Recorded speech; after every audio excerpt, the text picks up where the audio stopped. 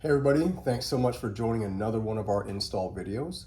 As our typical custom, we go ahead and do an install for all the projects and products that we're going to be releasing. And we do that to ultimately make sure that you can get the full value out of it, make sure it's easy to install, and ultimately you can save money on installing it. So I'm Alec, I'm the owner of Remnant Performance, and here with me is Rob. So. Yeah, I'm Robert, I'm the owner of Tyrian Performance, and Alec and I partnered together to create this product, the GAMMA System. We did the design, we did the funding together, and we were just not happy with the options that were in the market in terms of price or ease of installation or upgradability, so we wanted to do something about that, and here you are, you're at the install video. Yeah, absolutely. So again, thank you guys for checking it out.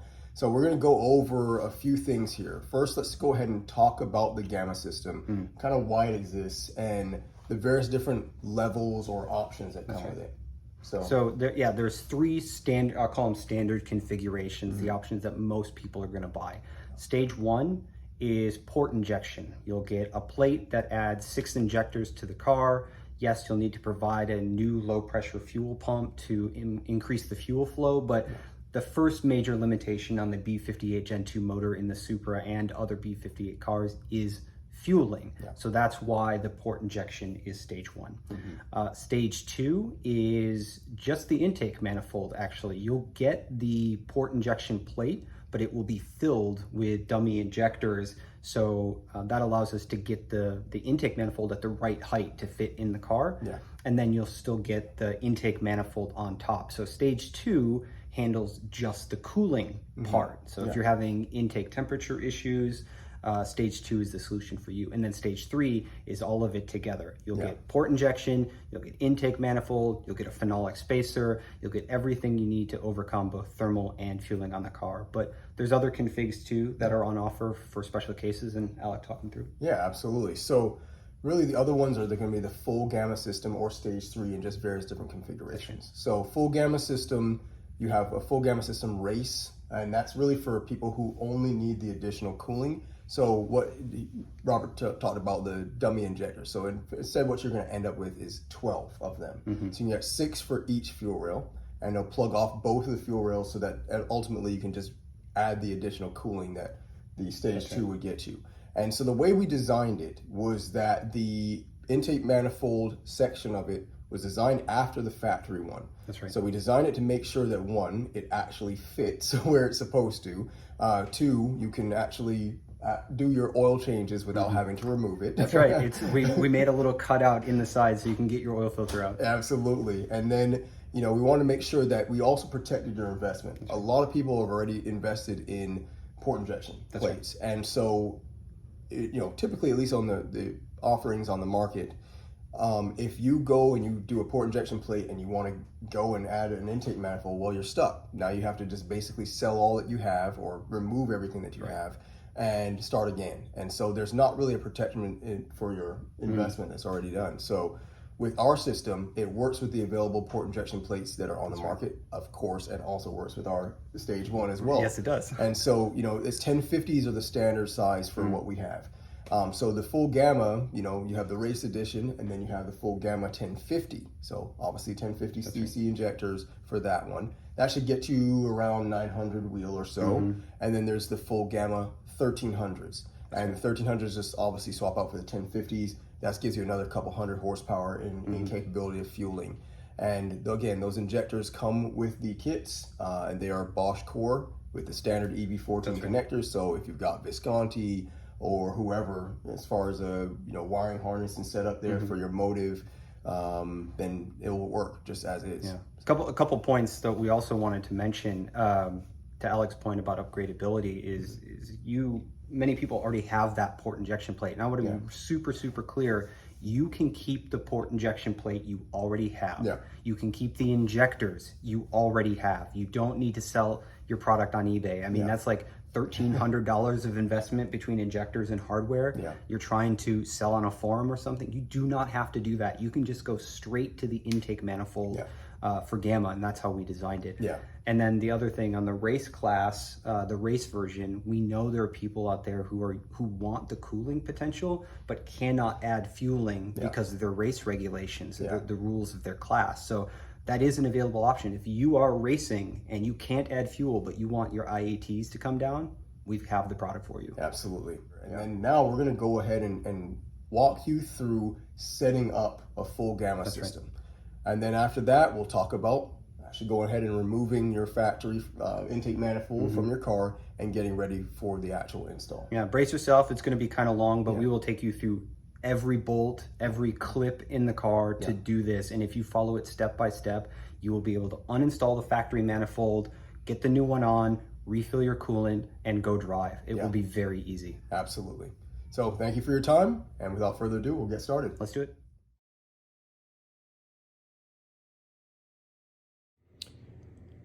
All right, we'll take a quick look at setting up the gamma system here.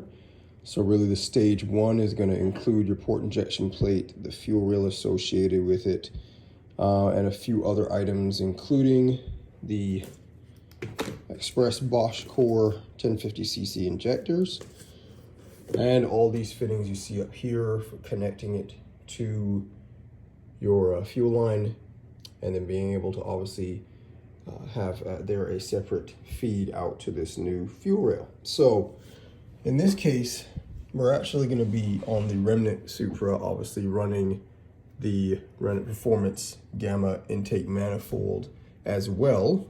And so we'll actually go ahead and set up this first fuel rail here just to be with the dummy injectors as well in here so that everything is ready to go.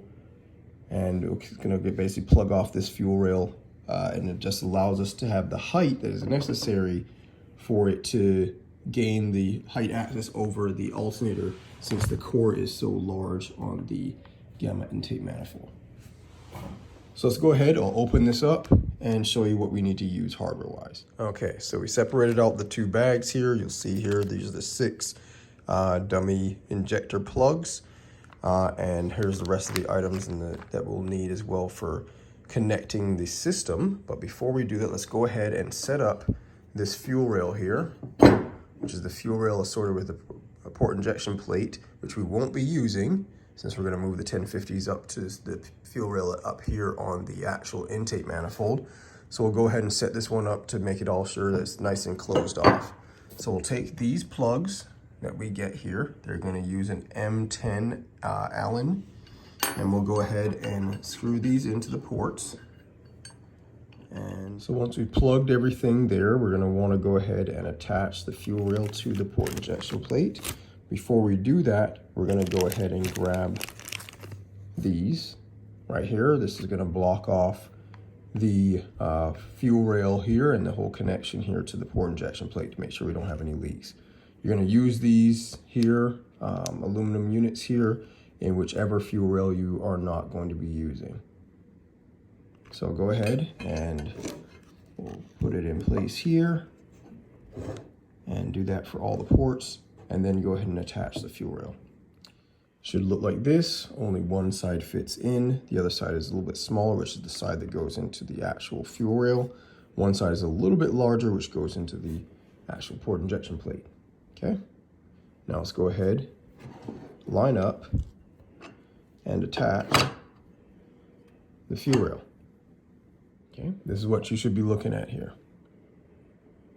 Okay, and now I'm going to go into this bag where we had all the actual plugs and grab these units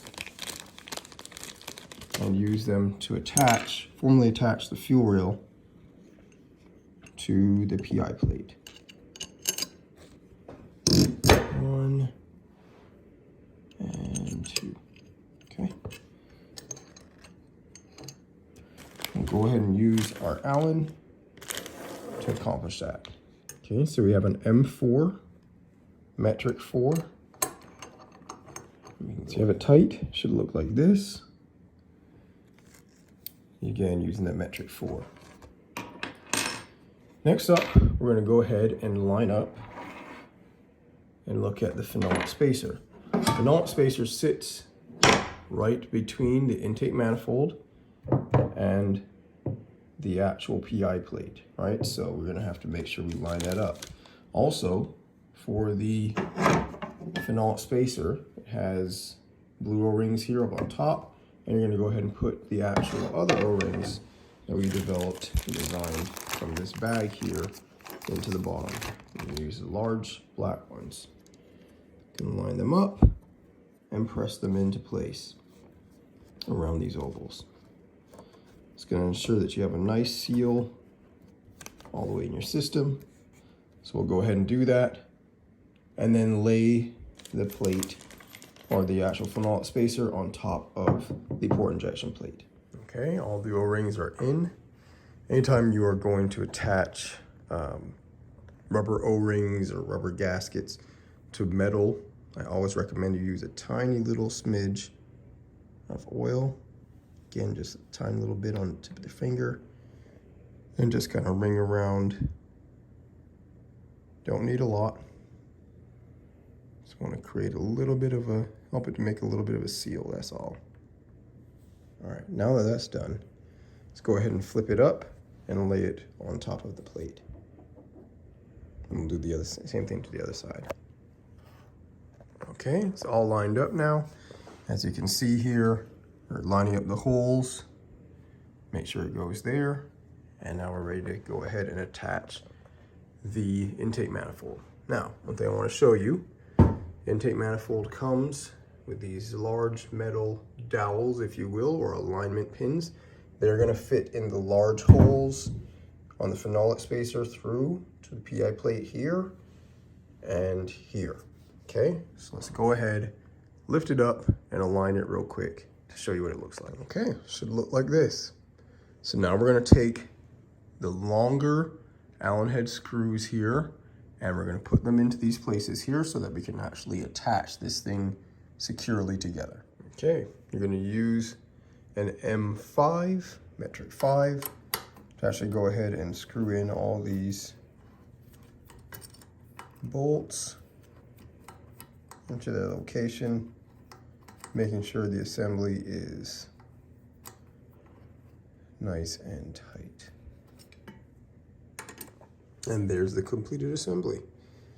So you got to be careful. It does provide a pretty good base with the fuel rail down there, but obviously it's at an angle, so it will want to fall on you if you are not too careful. So, but that is the system. That's how you connect everything on the Gamma intake manifold to put the assembly together.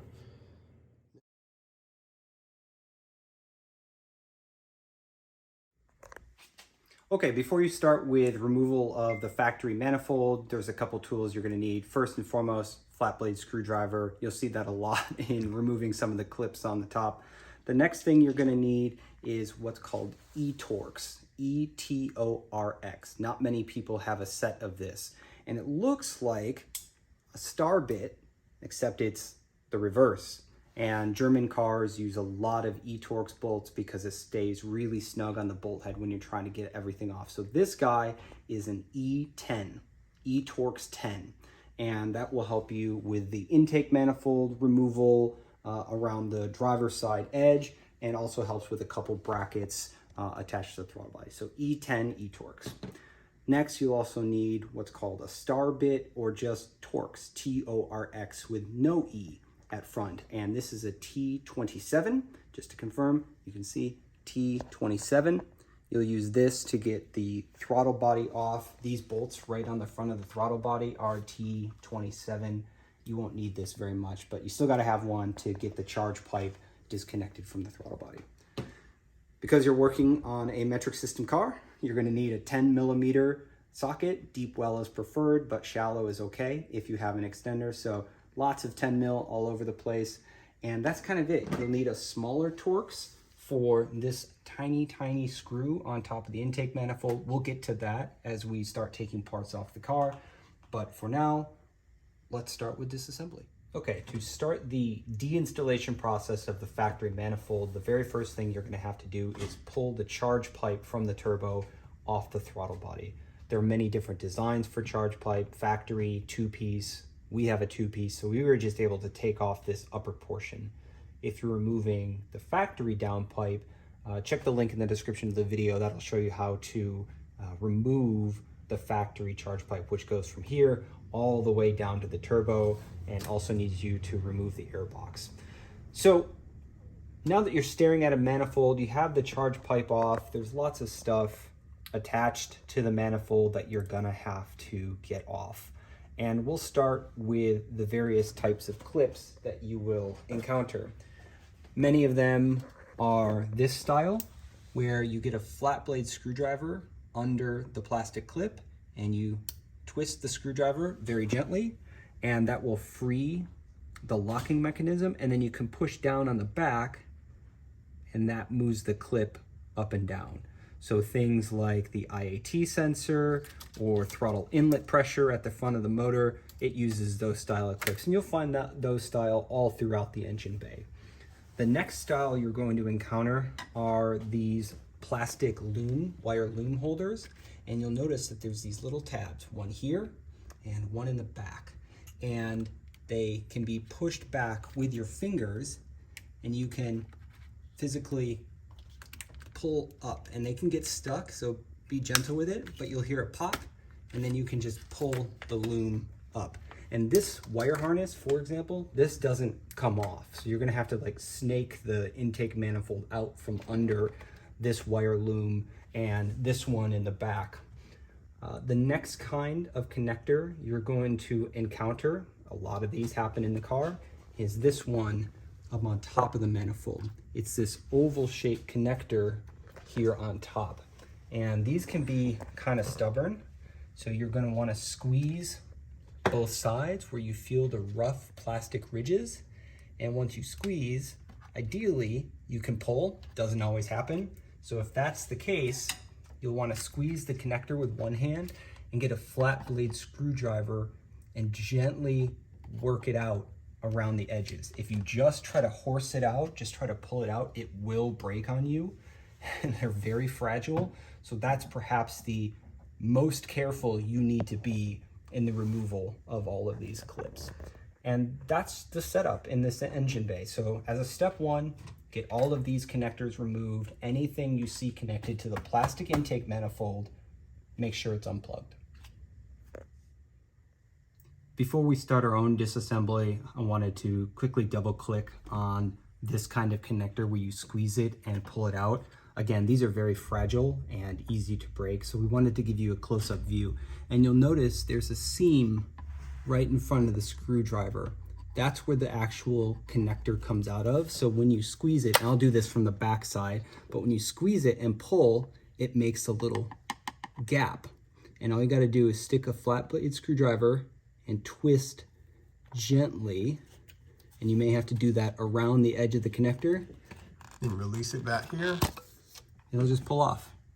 Right? And so these connectors are found on the intake manifold. They're found down by the turbo. So if you see any more of these, now you know how to get them to remove. And if it doesn't come out, as Alex said, make sure you unclip it from the top of the manifold here as well. Yeah, and so we've gone ahead and actually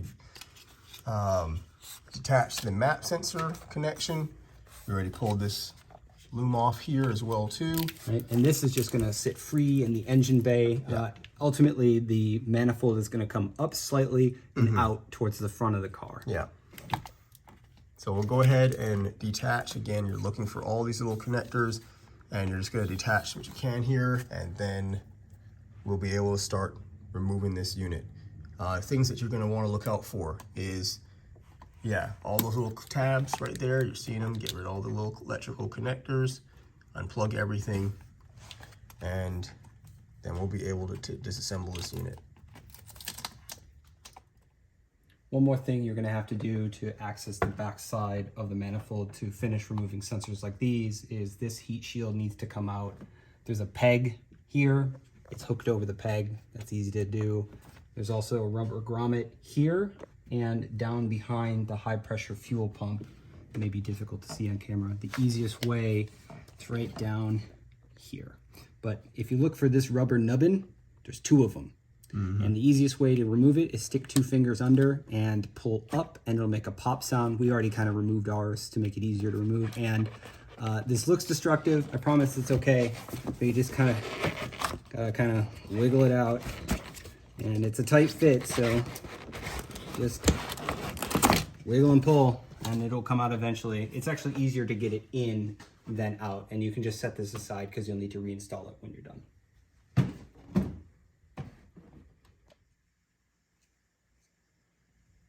To take the throttle body off the car, which you'll have to do before you remove the manifold, you're going to grab your 10mm socket. We have it on a flexible head here.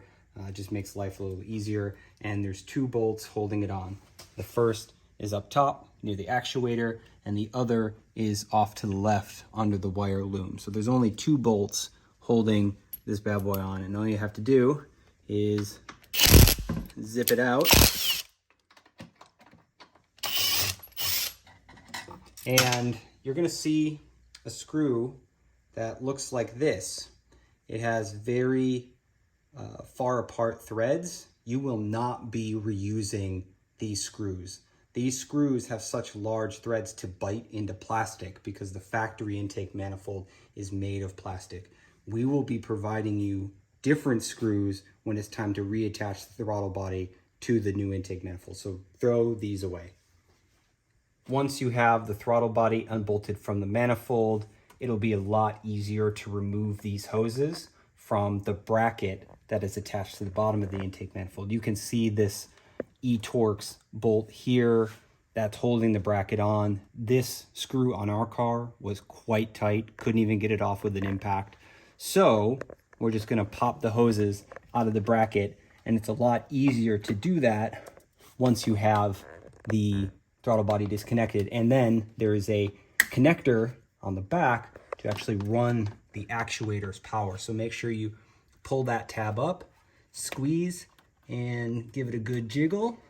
And it could be very stubborn. And if it doesn't come out like ours, we're gonna get a flathead screwdriver and put it in the backside to lift up that thread. And once that's done, the whole throttle body will come out of the car. You will save these because these go to the charge pipe, these black bolts with the Torx head, and then just set this aside.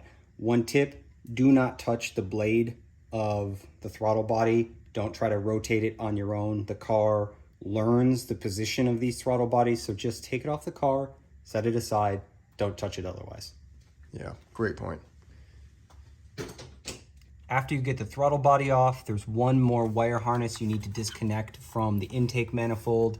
There is a alligator bite connector here. You have to have a flathead screwdriver, and it's easiest if you push it straight down in the center pin and then pull. And that whole bite connector will come off, and then you'll just have the throttle body connector hanging in the engine bay. And the last step is we're actually gonna unbolt the intake manifold from the car.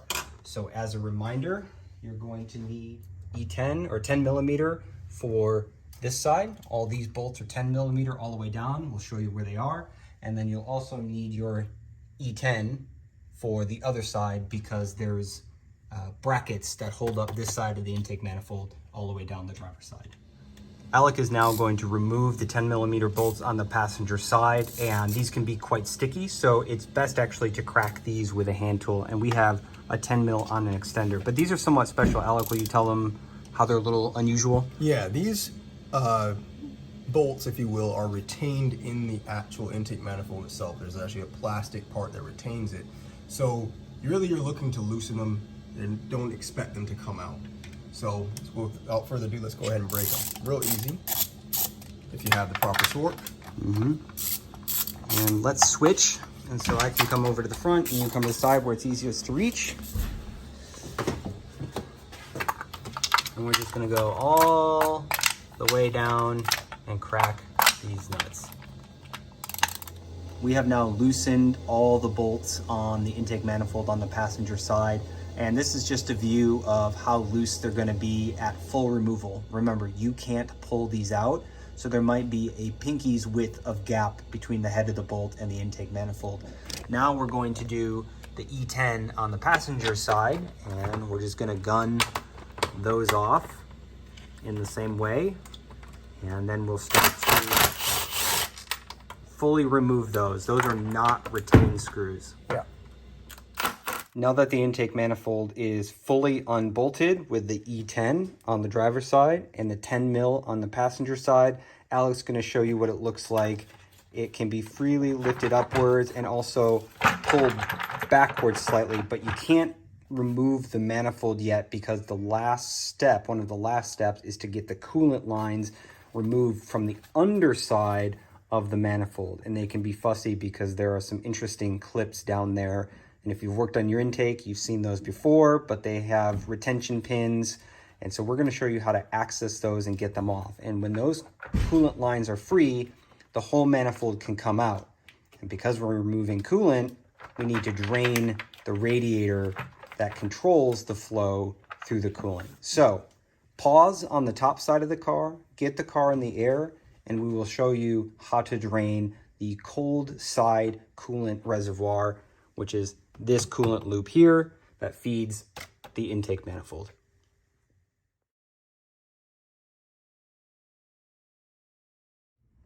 After the manifold is unbolted, the next step is to get the car in the air because we have to access coolant lines that are underneath this plastic panel on the driver's side. So if you look at the metal under tray, it's the plastic panel in front of that at the front of the car. And all you have to do is remove these 8mm screws all the way around, and this plastic sheet will come off. As a pro tip, don't do this with your face under it because these panels tend to collect lots of sand and rocks, and that will end up in your face and mouth. So, you know, take it off the car away from you. Let's take this panel off. Once you have the middle panel removed, the next step is to remove the driver side splash shield. And again, it's these 8mm all the way around. And there's one secret one up here by the fender and then up here as well. So make sure you remove all of those screws, and this panel will come out, and we can finally drain the coolant from this hose right here, which will show popping off. Just to orient you under the car, this is the driver's side tire. We're gonna come along the fender and look for this wrapped hose. This is just anti-abrasion reinforcement, and we're looking for this clip right here. So all you got to do, and I'm not going to do this on camera because I'll spray coolant all over myself, is you get a screwdriver in behind this clip right here, and you pop it out. This clip is retained in the hose, so don't worry about this clip coming out. You're not going to lose it. And it pops out towards the driver's side of the car. When that clip is out, you can grab on the hose right here on this metal band and pull down, and it will drain coolant from the cold side system. And the cold side is the intake manifold and a radiator at the front of the car that this hose connects to, and it is its own coolant system. So towards the end of the video, we'll show you how to refill this coolant loop. So when this is fully drained, make sure you put this hose back on and reseat that clip. Okay, we now have the connector off, and you can see that it's still dripping coolant into our lovely pink collection bucket. I promise you that this hose connector pulls straight down once you push the clip out towards the driver's side with a screwdriver. It's going to be very stubborn. You're gonna have to wiggle it around, try to twist it a little bit, not a lot, but a little, and pull straight down, but eventually it will come out, and you'll lose about half a gallon of coolant into the bucket, and we'll just wait for it to stop dripping and start mopping up any mess we leave behind. And when it is done dripping, you are safe to reconnect this fitting by putting it back on the barb, and you'll hear a very sharp, satisfying click, and then push the retaining clip back into place. So really just do the reverse of installation, and make sure you take a good look at the connector before you put it back on so you know what it looks like when it's in place. And to show you what it should sound like when the connector is going back into place, we put the hose back on the barb slightly. I'm going to push up very firmly.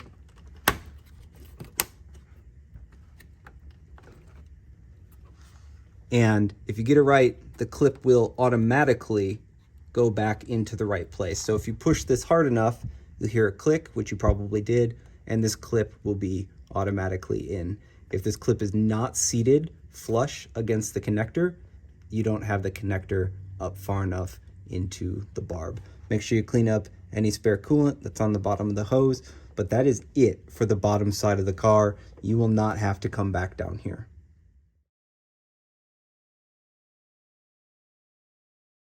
The very last step is to remove the coolant hoses from the bottom of the intake manifold, and you can take the stock manifold out. It is very helpful to have a second pair of hands here. That's why Alec and I are both doing this. One of them is easiest kind of from the driver's side reflector. If you just stand at the front of the driver's side wheel, you can get a screwdriver under here and pop the clip down. The other coolant connector is over here. This is the DME, the car's computer, and you can come in from this angle, and we'll zoom you in so you can see a little better. You'll notice over here, the screwdriver goes in on the left side of the clip, and you can pop it out to the left. And these are the same kind of connectors that you saw for the coolant on the underside of the car. So we're gonna pop these clips open and then pull them off. And to pull the clips off, or to pull the connectors off, it's actually easiest to reach under the manifold from the front and then pull towards the driver's side. So we're gonna do that now and get the manifold out of the car, just like you. After you get the intake manifold off the car, you're gonna wanna lean it up like this so you can get the coolant, what's the vast majority of whatever's remaining in it, to drain out of the bottom there. We're going to talk about a couple of things, especially some tips on how to get those hoses off. It's going to be tough because you have to get underneath. So, moving the wire loom up and reaching down underneath and grabbing the throat of that thing and then shaking it back and forth and trying to get it off, that does help a lot. If you want to, you can use a flathead, try and get some leverage under there, but be mindful of the fact that you may be pushing off of the back of this, which will obviously, you can see we did it a couple of times on mistake, which obviously is not going to get you there. So you want to make sure that it's hitting up top high, so it's pushing against the connector and not against the actual unit itself. From the front of the car, it's easiest to access these connectors for the coolant. When you get everything moved out of the way, you'll be able to tip the front side of the manifold up and see under the manifold. And the only way to get to it is with a long flathead screwdriver or a quite beefy pick, but you'll need something at least this long. This is like an 8 or 9 inch flat blade screwdriver. The longer the better, honestly. It'll give you more leverage and you'll have a much easier time reaching these connectors. But as Alex said, when you're trying to pry that connector off, it's easiest to find that slot with your screwdriver, but it doesn't do anything. That's just the back side of this barb fitting. So you'll be prying and prying and nothing will happen. We ran into that a couple times because it's quite hard to see. Once you have the intake manifold off though, there's a couple things you're gonna wanna save because we're going to reuse them. The first is this hose right here. Just grab your Torx set and take this guy off. You'll also need this sensor right here. Again, take your Torx set, take this guy off. We'll be transplanting both of these to the new intake manifold. And once you've done that, you're ready to go with the install. Keep in mind, these screws are designed to go into plastic. You will not be reusing these screws. We've given you new hardware designed to go into metal instead. So keep the hose, keep the sensor, throw the screws away.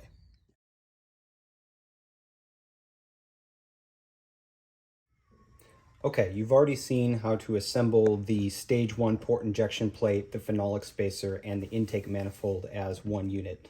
This next part is how to set up the top fuel rail, and it mounts right here like this.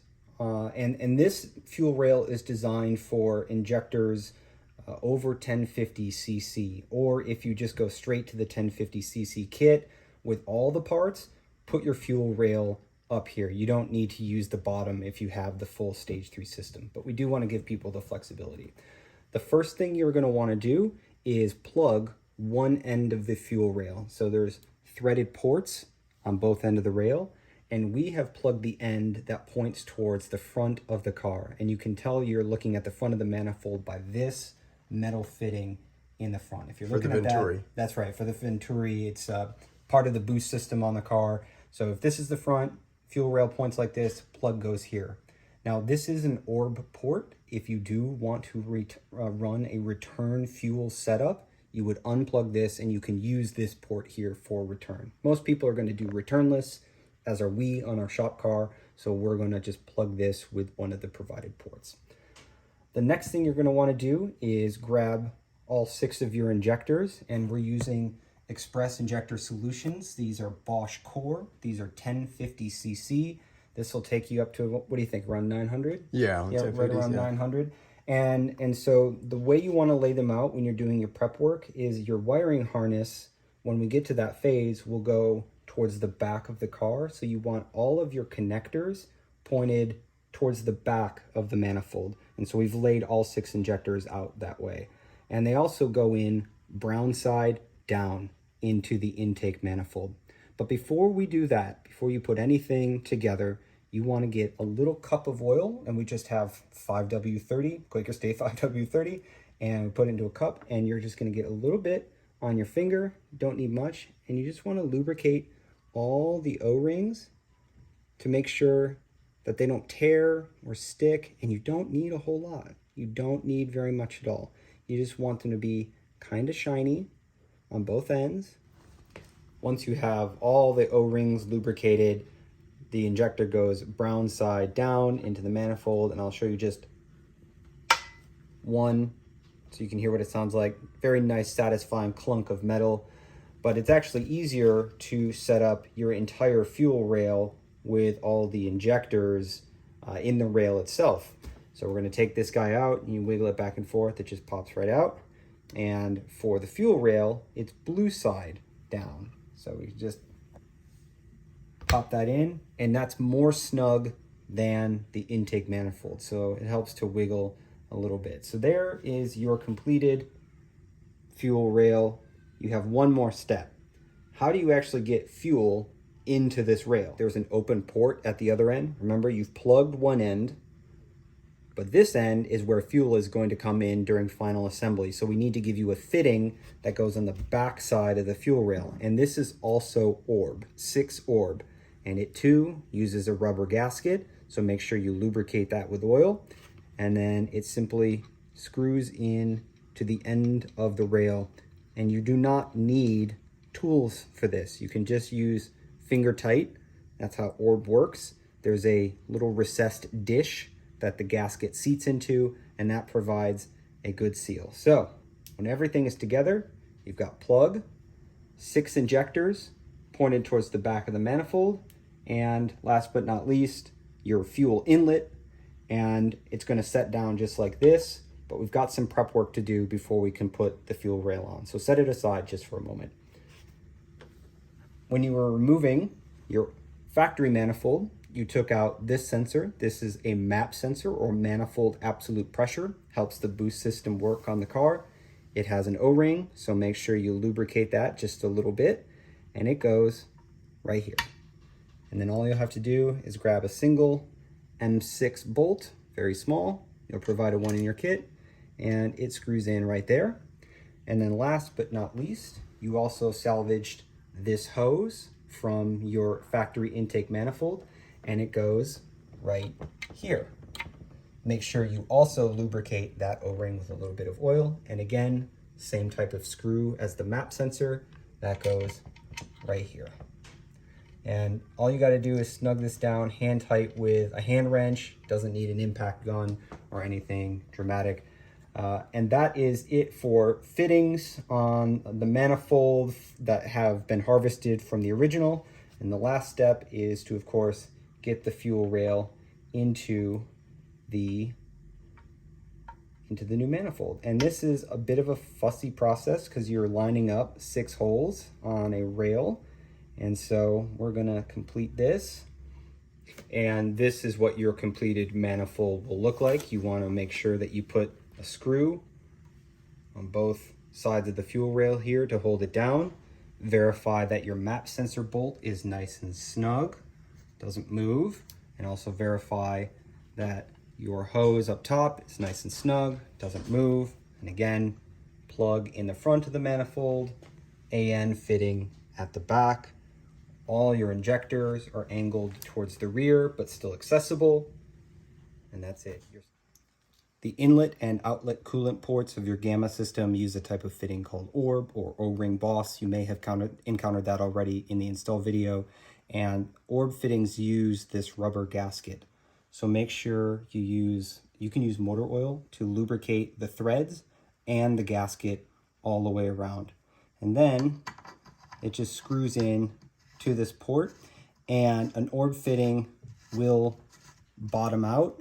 And we're not going to screw it all the way, but this gasket that you can see will actually sit inside a chamfered edge on the interior of this ring. So when this fitting doesn't tighten anymore, you're good. And there's one at the front end and the back end of the manifold. And this is where the coolant will come into and out of the Gamma system. Exactly. And the nice thing with the orbs is once it's tightened down, you can see it can still rotate around and still get you guys the exact orientation that's needed to make sure your coolant lines are coming in properly.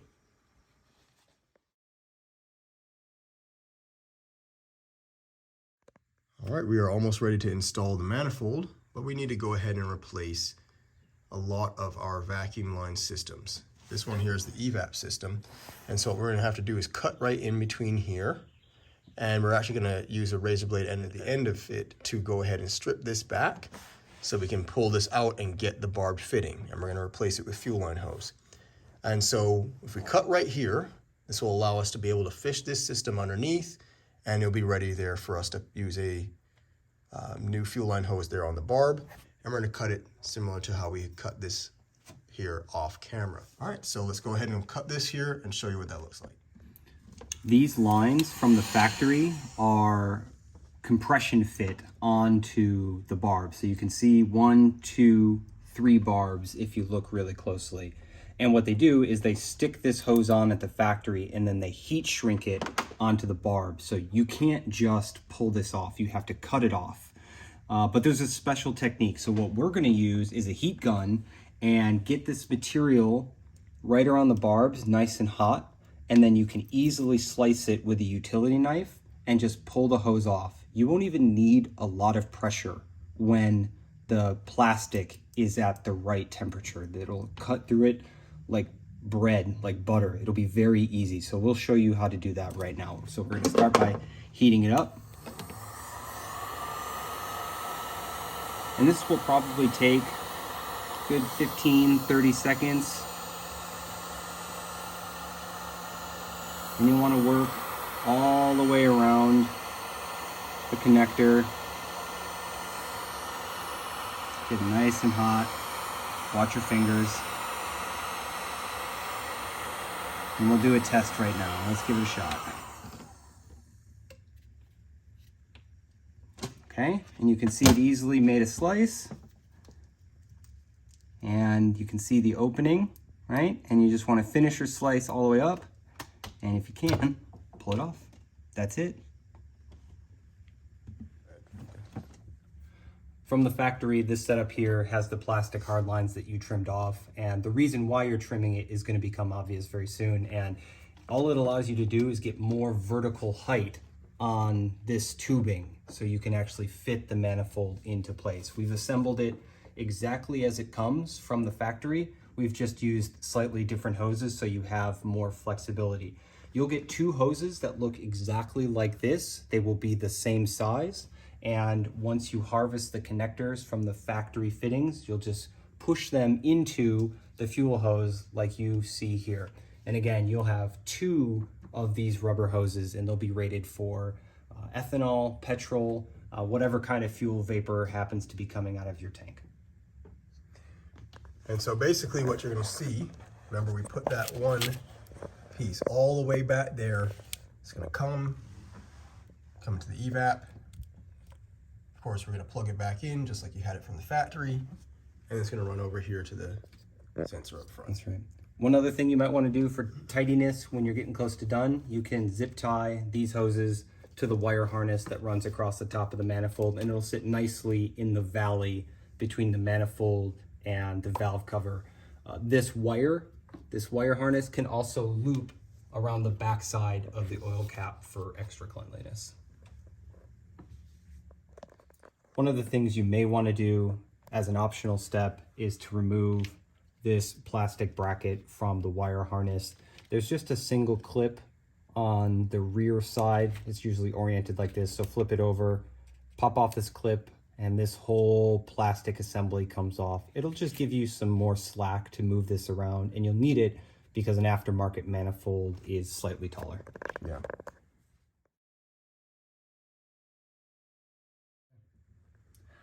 As you prep to install the manifold, one of the last steps is to set up the fuel fittings. We'll show you that in a separate segment, but first we want to orient you to where that stuff is going to get installed. And so if you look on the driver's side of the car, right here, this silver line right behind the ECU, that is the low pressure fuel line. That runs from the gas tank at the back of your car.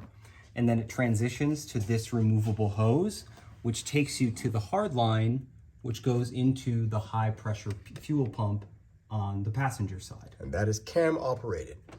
So the goal is to replace this soft fuel hose with new fittings that can support ethanol sensors and an extra tap to supply fuel to the intake manifold. Let's show you how that gets put together. This is going to be a long section, I'll warn you in advance, but it's important because we're going to set up the fuel system on the car. And we've already done some of the work, but we'll walk you through each piece. And it starts with the factory fuel line. When you open your engine bay, it'll run from this silver hard line here to this silver hard line here. The one on the driver's side is your low pressure fuel pump line. This is the low pressure side. And this hose goes across the back of the engine bay into the hose that feeds the high pressure fuel pump, which is on the passenger side. The fuel system is designed to replace this hose with a series of hoses and fittings that allows you to run an ethanol content sensor if you want. We'll provide you the fittings for that if you don't already have one. And it will also allow you to supply fuel to two different sources, which means this and the injectors on the intake manifold, because you'll have two fuel feeds now. So to start with, you'll need to remove this hose, and it will come with some gray plastic clips that fit between this black part and this silver part. Those just pop off. You can do it with your bare hands. Next, you'll have to take a screwdriver or some needle nose pliers and pull back on the black fitting. The black actually goes, you can see it, into the silver. And when you're pulled back like that, you can pull out away from the hard line on either side and the hose will come off. Now it's important that you put a rag under, if you can, these hoses, because you will drip fuel. It's just gonna happen. And as a tip, it's really good to wait overnight with the car off before you do this. As the car sits, some fuel will drain back into the lines under the car. It will depressurize slightly and it will help you get less fuel all over your car. So let the car sit and pull back after you take the clip off, and then pull. And it doesn't take much force. If it doesn't come off, if it feels very stubborn, it means you haven't pulled back far enough on the black retaining clip. The first thing I want to show you is what's called an EFI quick disconnect, and it's this black fitting right here. It has a C-shaped clip. You'll notice there's a little gap where you can see some silver behind it. That's because this is an open-ended clip and it's flat on one side, if you can see that. It's flat on one side so you can hold it with a wrench. So the way these work is when you remove the fitting, you'll have that silver metal line sticking out, and there'll be a silver disc, a metal disc that wraps around the hose. And you'll see that there on the screen. That's right. And this clip goes behind the metal disc, and then you slide the other half of the fitting onto the metal pipe, and then you screw it together. So you can hold the metal clip with one wrench and then tighten this hex piece with another wrench. You're gonna get 4 of these fittings. If you have an ethanol content sensor like this, you will use the 2 larger ones on the inside for your ethanol sensor. Those are 3/8 inch diameter.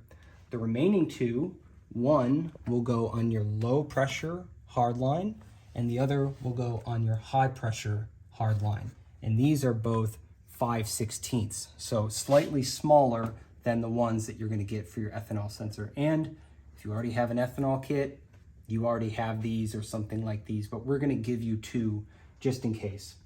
The next thing you'll wanna do is look for a hose like this. You're gonna get a hose like this in 2 different lengths. The shorter one is for the ethanol sensor installation. So if you have the ethanol sensor, you will pair it with this female to female, it's called a coupler or a union, and you'll just screw it on to one end of the ethanol content sensor, okay? And then the other end screws on right here onto the fuel line. So now you have an ethanol content sensor attached to your low pressure fuel tubing. One thing I want to remind you of is that you need to lubricate these fittings. All AN fittings need to be lubricated with oil. We've done that already, so make sure every time you have one of these, an AN fitting, you're putting some oil on it. So we have ethanol on this car. We're tuned for corn. So the next is you're gonna grab the shorter of these 2 hoses. Your hose will look slightly different. You'll have straight to straight if you're not using an ethanol fitting. So you'll have a straight end and a straight end that'll look like this, and it'll be on both ends, and the goal will be to get you from here to this spot on the valve cover. So if you get a hose and it reaches from the fuel line to the valve cover, you found the right hose. If you have an ethanol sensor like we do, you want the shorter one with a 45 degree because it fits perfectly right here along the cowl. Pain. Okay, so with an ethanol sensor, notice we neatly take the line around this cowl and the line ends right here on top of the valve cover. Your goal is to get the hose right here on top of the valve cover, okay? The next step that you'll want to do is you will have a hose that is a 180 degree fitting. That is, it'll turn back on itself. And that'll have 180 degrees on both ends. And that hose connects down here on the high pressure hard line, and you want it coming out this way. You want it roughly where this hose ends on the valve cover, and we'll show you why as we start to put the manifold together. But make sure you have a hose going across to the top of the valve cover, and you have a hose with 180 degree fittings coming around the corner and up, and you want to make sure the 180 degrees points back. Yes, and you're going to need to go in here and actually push on that hard line a little bit, which is going to bend that little retaining clip bracket right there backwards a little bit. It's going to create a little bit of separation there between the fittings and the back of the manifold, so that obviously you don't have any connection. Again, you don't worry, you're not going to break the line, you're not doing anything. That metal clip is really just to make sure it stays in place. It's not really doing anything crazy, and so as you just bend it out of the way, you're going to create a nice little gap and not have to worry about anything. All you got to do is grab right here on kind of the fitting that you added and push backwards, and the goal is just to bend this upright metal tab on this clip slightly backwards. That's it. You're not trying to bend the line, you're just trying to bend the clip. And you have to do that to make sure your fuel line and your coolant lines have clearance at the back of the manifold. One more thing we want to clarify for fuel is what it should all look like when you are done. You're going to get a slightly different set of fittings from us. This is a prototype unit, you'll get a production unit, but in macro, what you want is a T. You'll get a fuel T that'll sit right here on top of the valve cover. And 3 things will need to connect to that T. First, you'll need to feed fuel from the back of the car. So this needs to plug into the T and make sure it hooks up to the low pressure fuel line on the driver's side. Next, you want to connect the high pressure pump. This is the high pressure line right here on top of the valve cover. It will also have a hose that comes up over here, and you want to connect that to the T as well. And then the last hose is either going to come from the fuel rail down here. If you're using the PI plate. If you're using the PI plate alone and you don't have a manifold, it will come from here, loop behind the engine, come up on top of the valve cover. If you do have a manifold, it will be over here and loop this way down the valve cover. So make sure you have the T right here and all 3 fuel lines hooked up. And if you do that, you will have the correct fueling to all parts of the car.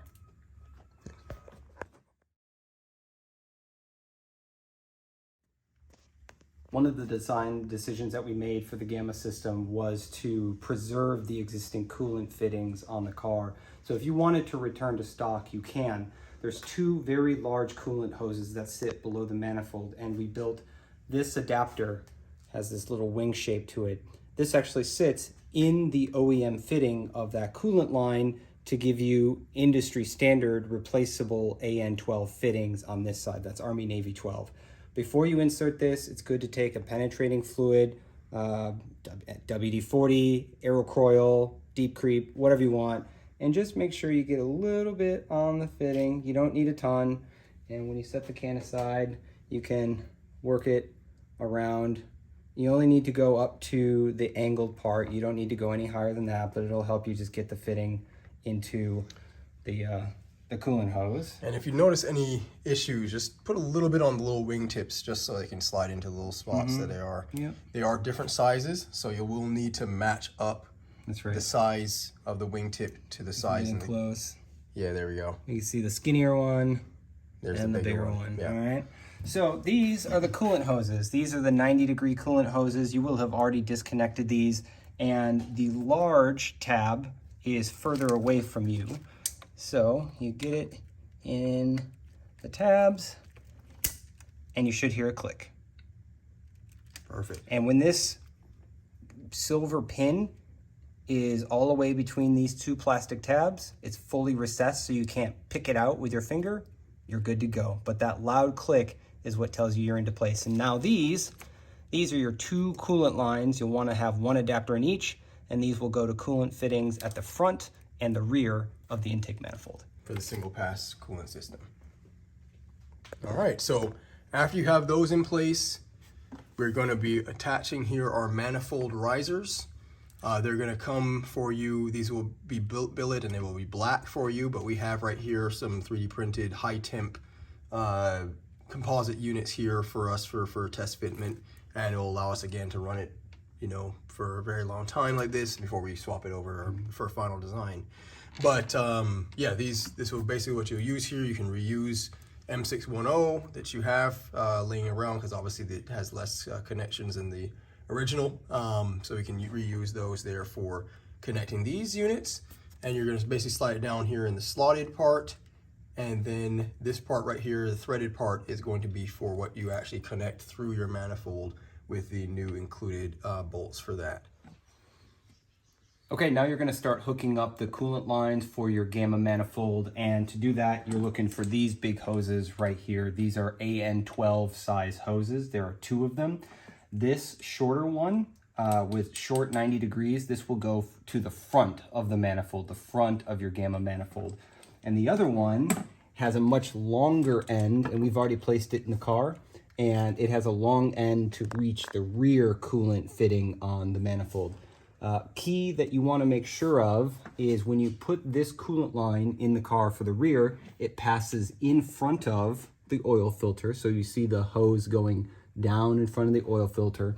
And if you look at this wire loom protector here, you want to follow the looms that come out of this plastic housing and make sure your coolant line goes under both plastic looms. So there's one on top, one plastic loom on bottom. That's hard to see on camera, and you want to make sure your coolant lines go under both plastic looms. So this is the rear, the shorter guy, this is the front, and you want to make sure that these cross over. Yeah. These coolant fittings will go the ones that you put in a previous step, they'll hook up right here. And you want to make sure that your front coolant line attaches to the rear coolant fitting and your rear coolant line attaches to the front coolant fitting, so they're crossed like this under the intake manifold. Yeah, and we'll go ahead and put them together and show you what that looks like. Yeah. Okay, once you have your coolant line set up, it should look just like this. Remember, we have the shorter hose to the rear coolant connector and the longer hose to the front coolant connector. And your coolant lines should come up roughly in the front and rear of where the manifold will sit. All right, when you're doing this here and tightening, you're gonna wanna have a second pair of hands so somebody can hold it, both the neck and also the 90 portion here, while somebody else is wrenching, and you'll be able to get it down. So we actually did a little bit of mark here just so we could visually see it, just so you know what to look for as far as reference. We kind of marked on one of the ridges here and marked, you see the little black mark right there on the actual adapter fitting. And so we were able to move the ridge from where that mark is all the way over here, and it is pretty tight right there. So you should only expect to move it like about 9 degrees like that. We did it on both sides, and now again we're ready to pretty much install the manifold. Before you install the manifold, I just want to show you with a marker how it has to be set into the engine bay. There's a specific way to orient the manifold before it goes in. So many people will try to just go down and back. That will almost work, but you want to go down, back, and slightly off angle, because the rear of the manifold is likely to get caught on this bracket if you don't angle the rear slightly inboard of the car. Another couple things to watch out for: you'll have to get the rear of the manifold under these wire looms. You'll also have to get it under this wire loom. This will sit on top of your throttle body. You will almost certainly need 2 pairs of hands to get this done. Yeah. And when you get to about right here with the manifold, you'll probably have to wiggle the back end back and forth a bit to clear this mount. It will fit, it will drop into place. You'll feel it clunk against the head or the block in the rear, but make sure that you're clearing that bracket. So we're gonna go down, back, and at an angle to drop this in, and let's show you. And before we do that, of course, you absolutely have to hook up the rear coolant line to the manifold before you fully drop it into place. So somebody will have to hold it for you while you install this coolant line. Yeah. One of the last steps you're going to need to take before installing the manifold is putting the gaskets in the port injection plate. And this is true if you're just doing the port injection plate or if you're doing the entire Gamma setup. And you'll get 6 of these gaskets. They have little nubs on the edge to help sit and hold in the PI plate when you're putting it down the car. And to install these correctly, you have to make sure you lubricate them with some oil all the way around, help them stick. We just have a little cup of motor oil. We pulled the cap off, poured some oil inside, and you just want to lubricate the entire O-ring. It doesn't need to be dripping with oil. You just want it nice and shiny, and you can press it into place. And it's okay if you get some oil on the metal. It's no big deal. Yeah. So take all 6, lubricate them up, put them in, and you're good to go. When you have all 6 gaskets in, we just want to show you how sticky it can be. We're going to flip this over. These things aren't coming out, so don't worry about them falling out when you're trying to get this thing on the car. I mean, it's not going to be immune to dropping it or really horsing it around in there, but if you have a helping hand to get the manifold in the car, these gaskets are going to stay in place. So don't worry about it. Lube them up, send it.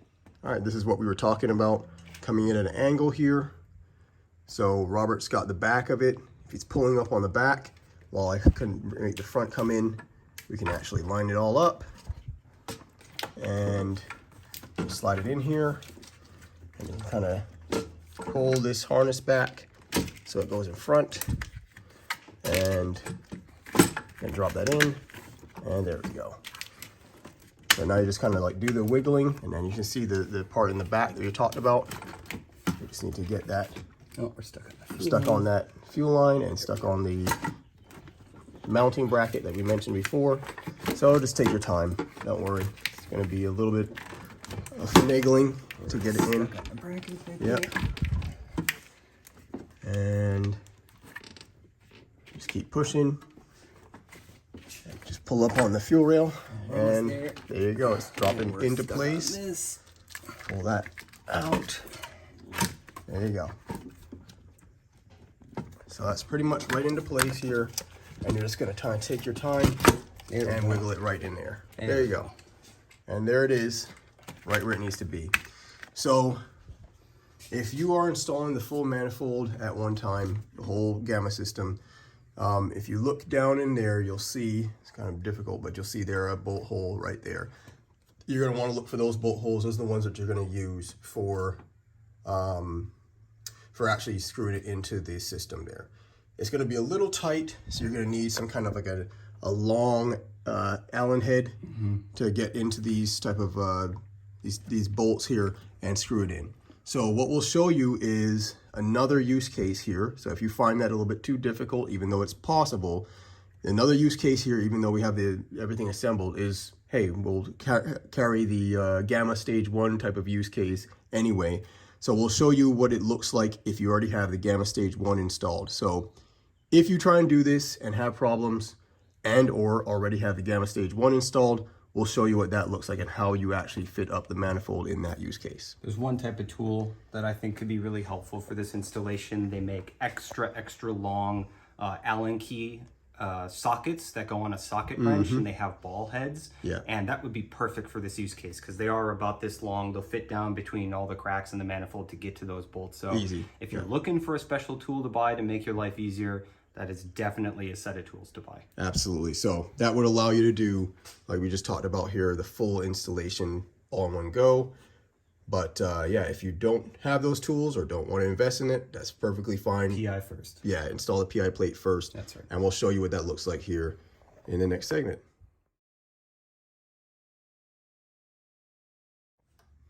If you are installing the Gamma manifold as a solo project, first of all, I'm sorry, it's very heavy. It's kind of awkward, but one tip you can do is actually just install the port injection plate first. And since we're installing a full manifold, we've used the dummy injector plugs on the bottom fuel rail because in our setup with a full manifold, it's just more efficient to have downward firing injectors. But if you're just running the PI plate, you would put your injectors here and run your wiring along the fuel rail. So to bolt this thing down solo, first, of course, make sure that all your gaskets are in the bottom of the fuel rail. And then to screw it in, you'll have some M6 Allen key nuts, or Allen key bolts. You can see one right there. And to tighten this properly, you'll want to start with the outside two nuts at each end and then move in to the next set in and then into the next set in and then do the last one in the middle. And tightening in that sequence will make sure that you get it down properly and compress the gaskets. The other thing you want to make sure of is you do not use a power tool on these bolts. Please do not use a power tool on these bolts. You only need to go to hand tight. And when you put the wrench in and you can't turn it anymore, you feel even the slightest bit of resistance, you're done. That's it. Yeah. Does not take a lot of torque. And yeah, so if you're doing the Gamma Stage 1, you're going to use this port back here for your fuel coming in. Your fuel fitting will be 90 degrees. It will point towards the back of the car. You'll have another hose that will take that a little bit further this way and then up behind the valve cover and over to the top. So you'll have a 90-degree to straight hose that goes up here, and that will provide fuel to this rail. All right, now that the Stage 1 is in place, we can go ahead and actually put the manifold in. So the Fenalt spacer here sits like this. It's going to sit like this on the car, but rather than put it on like this and try to line everything up, because it'll slide off. It'll slide off because there's nothing holding it. You're actually going to use these ports here, the big ones here, to actually use it on the bottom of the Gamma manifold because there's an alignment pin that goes straight through and goes into the PI plate. So it makes it very easy to get it lined up knowing the PI plate itself is actually attached to the head. So let's go ahead and grab the Gamma intake manifold, hook up the coolant line in the back, and while we're doing that, be able to line up the phenolic spacer and be ready to go to put it in place. All right, this is the phenolic spacer. This is included with your setup. Some people make you pay for this as a separate unit, and it's really expensive. You get yours as a part of just buying the manifold, and that's the way it should be.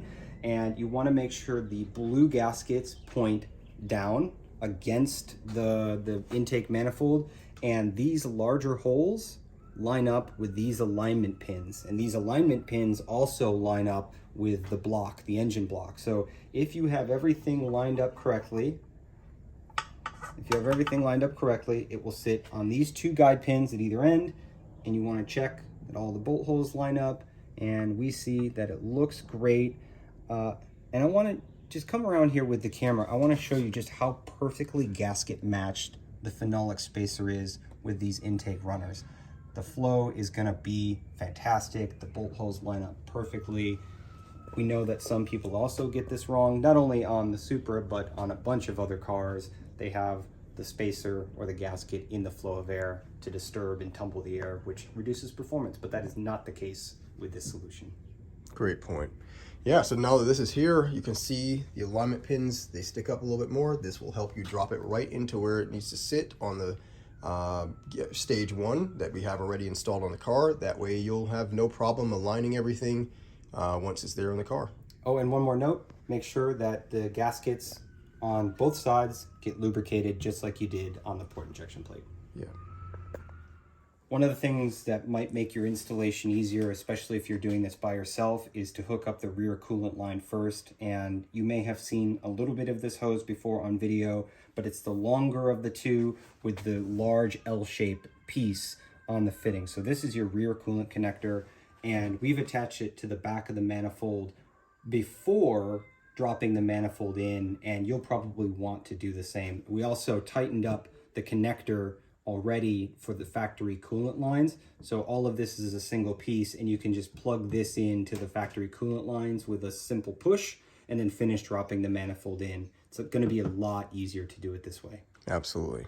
All right, so all you're going to do, make sure you hold on to the phenolic spacer when you pick it up, and then walk it over to the car, and we'll show you how it looks like installed. Again, use the alignment pins to get it right into the grooves on the on the actual stage 1 PI plate, and then you'll be ready to go. Also remember that this coolant line will go under those two wire looms by the firewall. So make sure you get it behind the wires as you're dropping it in, and then feed it under the manifold to the OEM coolant connection points. Yeah.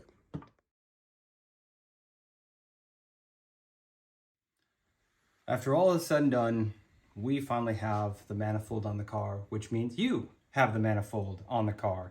There are some tips and tricks we want to walk you through that might make things easier if you are installing this thing solo.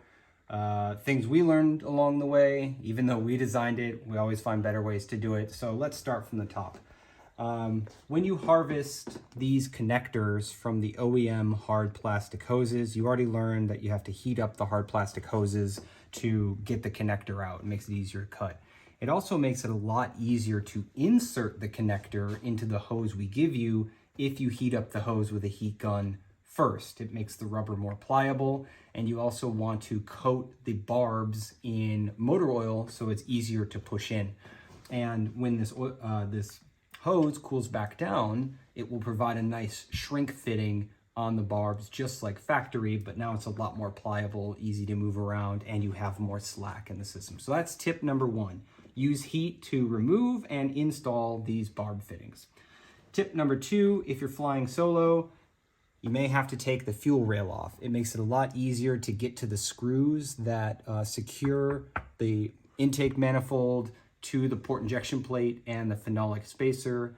A tool tip here is to get long socket Allen keys. It's, use a 3/8 inch socket with a long Allen key on the end, 5mm, just buy a metric set of them. Hopefully they have a ball on the end. That make things a lot easier. And that'll allow you to get way down in here without having to fight very hard. It helps if you have a grabber as well, one of those like claw game tools that'll help you get the screw down into the hole if you're by yourself. Some of these holes that secure the manifold to the block are difficult to reach with your hands because the area is pretty small. So if you have a little claw grabber you can grab the head of the screw with, you can put it down in the hole, let it go, and then use your tool to screw it in. Yeah, and if you're doing it yourself, you may also want to consider doing it on the ground. That's right. Yeah, unless you're super tall, you know, having it on the ground will be a little bit easier as you reach, especially back, you know, to like cylinder 6 area to try and reach that last bolt back there. We're giving you a tip, like if you're just going to keep your car in the air to do this install, buy those extended tools, use the claw grabber. But as Alex said, it will help if you put the car back down on the ground temporarily, which we know is a hassle if you're just on jack stands, but it's a choice. It's an option. Yeah. Another tip that you can have here is the map sensor. You may have to remove the map sensor from the manifold. Where is it? It's right down there. Remove the map sensor from the manifold to plug it into the OEM connector and then put it back in. You may just not clear the valve cover to plug it in with the map sensor fully installed. That may or may not happen to you, but it's something we had to do on our prototype unit.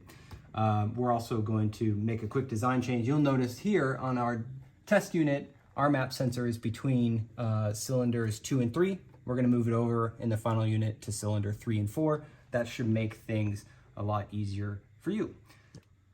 All right, another tip that we found here is especially when you're looking at, you know, the vacuum EVAP system and everything like that, you can go under or over the fuel lines. It's really just how you want to route everything and get everything tucked away. That's more on you. Obviously, we focus mostly on functionality, making sure that it works. You can focus on how you want it to look as well. So we give you enough hose. You can, you know, play around with the lengths a little bit that you can, you know, kind of dial the things into where you want it to be. You know, also looking back here at the fuel fittings, right? I think you want to talk to them about that as well. Yeah, the fuel fittings, you want to make sure when you're installing all these fuel fittings, just get all the hoses in this valve cover area first before you put the manifold in. Once all the hoses are sitting up here on the valve cover, you'll have really easy access to plug everything into the fuel tee that ties the whole system together, because you won't be able to get your hand down behind the manifold unless you take the whole windshield wiper cowl off. And though that is quick, it's a step you wouldn't have to take if you just do a little prep and get all your hoses up there. Great point. The other thing is we provide hoses to you that make for an easier installation. By that, all the hoses run along the top side of the manifold, which for you is going to be a lot easier, again, especially if you're a solo installer. However, if you wanted to, this fuel line, for example, on the front of the manifold rail can actually come the other way and run under the manifold if you're willing to build your own lines, okay? So we recommend SAE J30 R14 T2 hose. That's ethanol rated, holds 250 PSI of working pressure. Again, that's J30 R14 T2 if you're going to use a rubber hose, so look for that spec. Or you can use a PTFE braided steel hose. That will also be compatible with ethanol, methanol, whatever you want, really. And all of our hoses are 6AN hoses. So if you're the kind of person who wants to build their own hoses and route things under the manifold, you can do that as long as you follow our basic architecture and get all 3 fuel feeds on the T. You're going to be okay. Right, so that is an option for you to build custom hoses. It's under $100 to get a 50-foot roll and some fittings. So 2 final reminders, cannot stress this enough. If you have a rubber O-ring, please put some oil on it. If you have a rubber gasket, please put some oil on it. If you have an AN fitting, put some oil on it. And when you tighten those things, 90 degrees only. Get it to finger tight with your hand on the fitting, and then take a wrench and only turn it 90 more degrees. Lubrication is the name of the game on these manifolds. Putting oil on every gasket and every fitting is absolutely the name of the game. It will make sure that your gaskets have a long long shelf life, that your AN fittings go on cleanly, reliably, that they don't cross thread, that they seal nicely. Please make sure you use oil. It'll really help. One last tip, something that is optional, but we've done this on our car. You do not have to do this. We will give you the hose to do so if you want. This hose is a squiggly little S shape from the factory. You installed it on the manifold earlier in this video. You can replace it with one of these push lock hoses, and we'll provide that to you. It just makes it a little cleaner, a little more flexible to position the EVAP system over here on the passenger side of the manifold. So we chose to on ours, not necessary. It does reach, but it's a little cleaner. So real quick, just want to go ahead and add this small little bit to the video as well too. Took a flathead and, you know, went between all these areas and just pried up. You start with the ends here and get them off of this little harness here. And once you've pried it all up, you can go ahead and take these little zip ties out of place, rewrap it, and it's a little easier with the throttle body off, but you can go ahead and take the throttle body off, and then you can go ahead and route these hoses underneath the manifold just for a cleaner look, which I'm gonna go ahead and do as well too. And we'll report back once it looks all tucked in there nice and good. All right, guys, everything is installed. We chose not to put back the air box for the 65 Omega turbo kit. It's cooler, you can see everything a little bit better. Yeah, we want to see the turbo. Yeah, and so we went ahead and filled up our coolant. We're right now getting ready to do the bleeding process. All right, so we'll go through that process right now. We'll try and bleed it here and see what happens.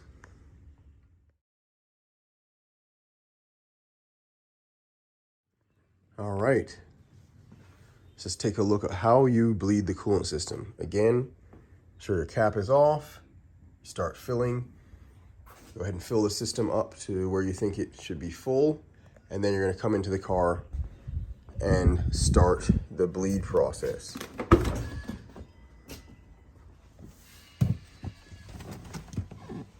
All right, once you're in the car, it's a pretty easy process to get this bleeding process done there for the low temp circuit, which is what we're working on there, the one that is actually in relation to the gamma or any intake manifold system. So you triple tap real quick, get it into diagnostic mode. Then you're gonna come over here and you're gonna put the low beams on, right? And then you're gonna come back over here and you're gonna go ahead and make sure it's off of auto. Turn the temperature all the way to 84 degrees, maxed out. Get it all the way down here to the lowest temperature setting. Then you're gonna go ahead and push the gas pedal down all the way and hold it for at least 10 seconds.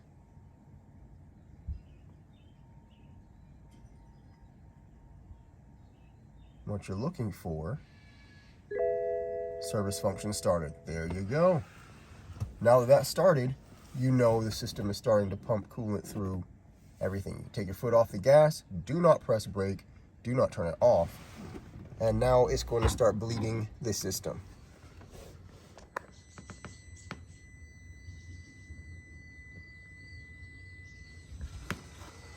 Hear that? It's the noise of the coolant system starting that pass through.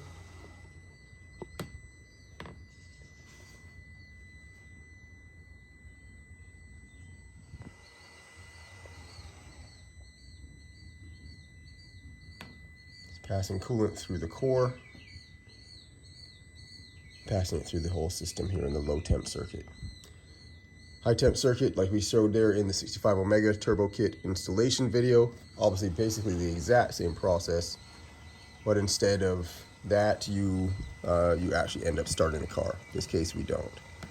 But you can see the coolant level is going down here in the reservoir. That's again because it's pumping coolant through the system. And what you want to do is add and maintain up to the full level, max level.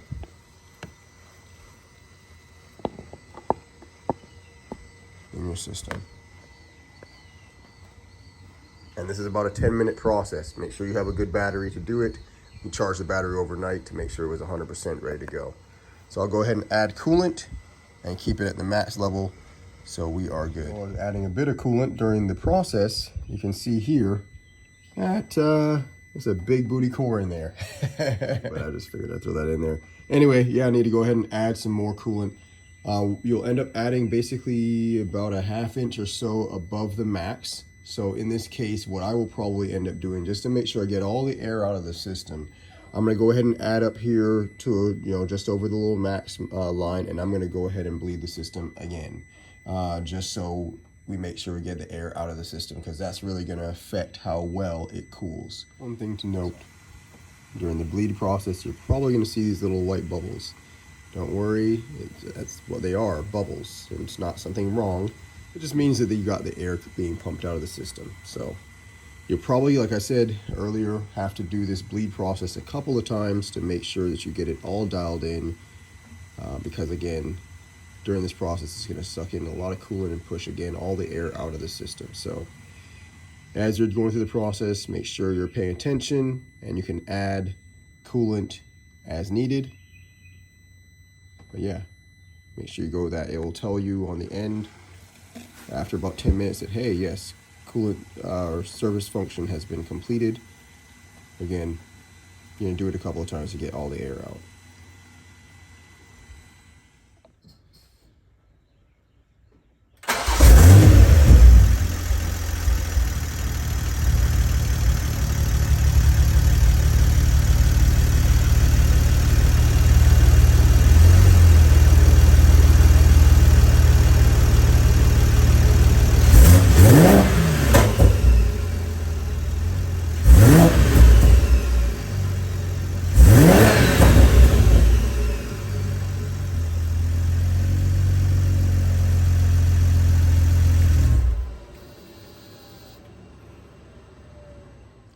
All right, as you can see here, everything is installed. Everything is working perfectly fine, which is great. It's actually coming back to you here after months and months of testing.